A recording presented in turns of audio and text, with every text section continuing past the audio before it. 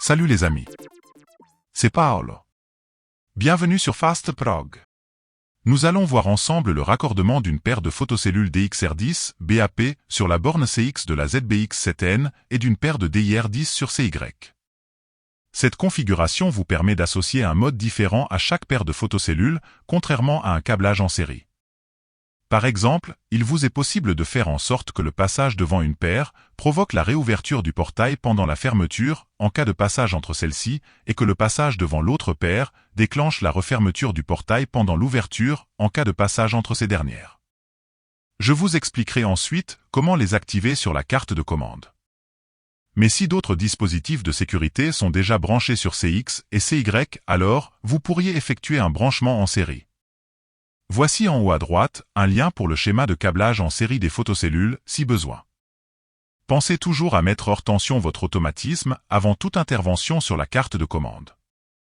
Voici représenté en haut le bornier de la carte ZBX7N.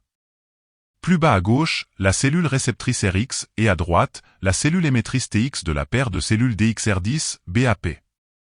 Plus bas encore, l'émettrice RX et à droite, la réceptrice TX de la paire de cellules DIR10.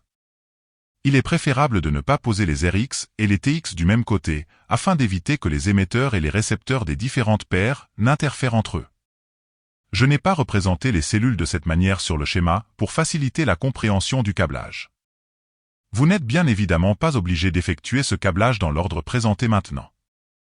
La borne 2 de la ZBX7N doit être raccordée à une borne out de la réceptrice DXR10 BAP et à la borne 2 des deux cellules DIR10.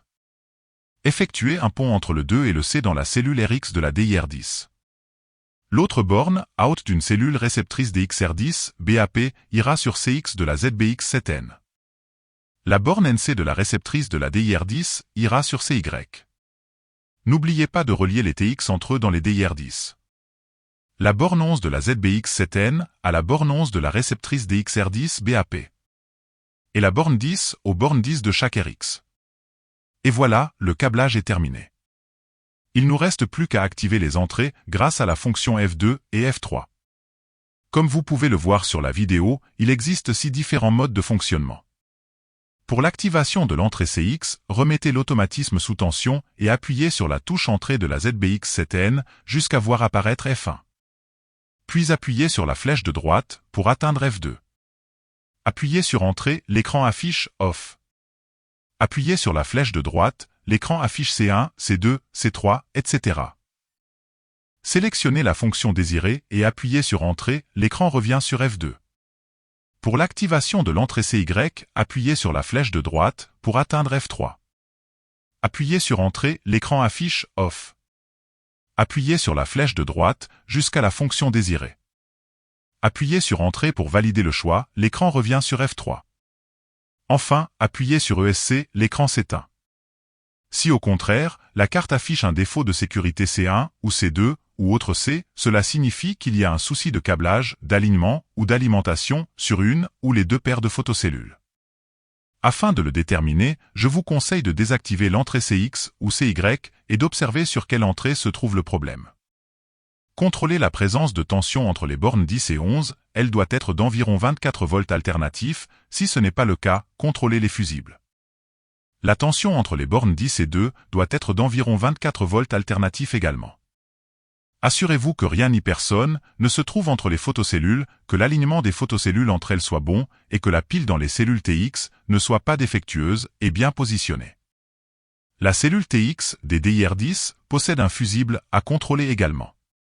Voici en vidéo la signification des voyants LED des DXR, dont celle vous permettant de vérifier l'alignement. Revérifiez à nouveau le bon câblage.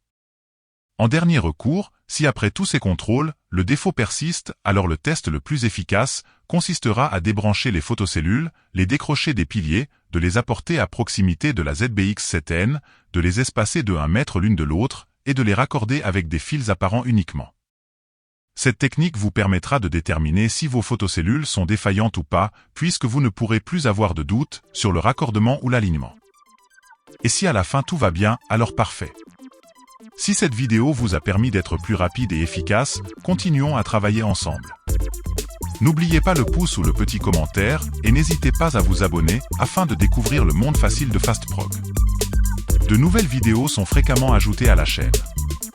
Pour la programmation de vos télécommandes, d'autres dispositifs de sécurité ou l'accès direct à la chaîne, cliquez sur le lien qui vous intéresse.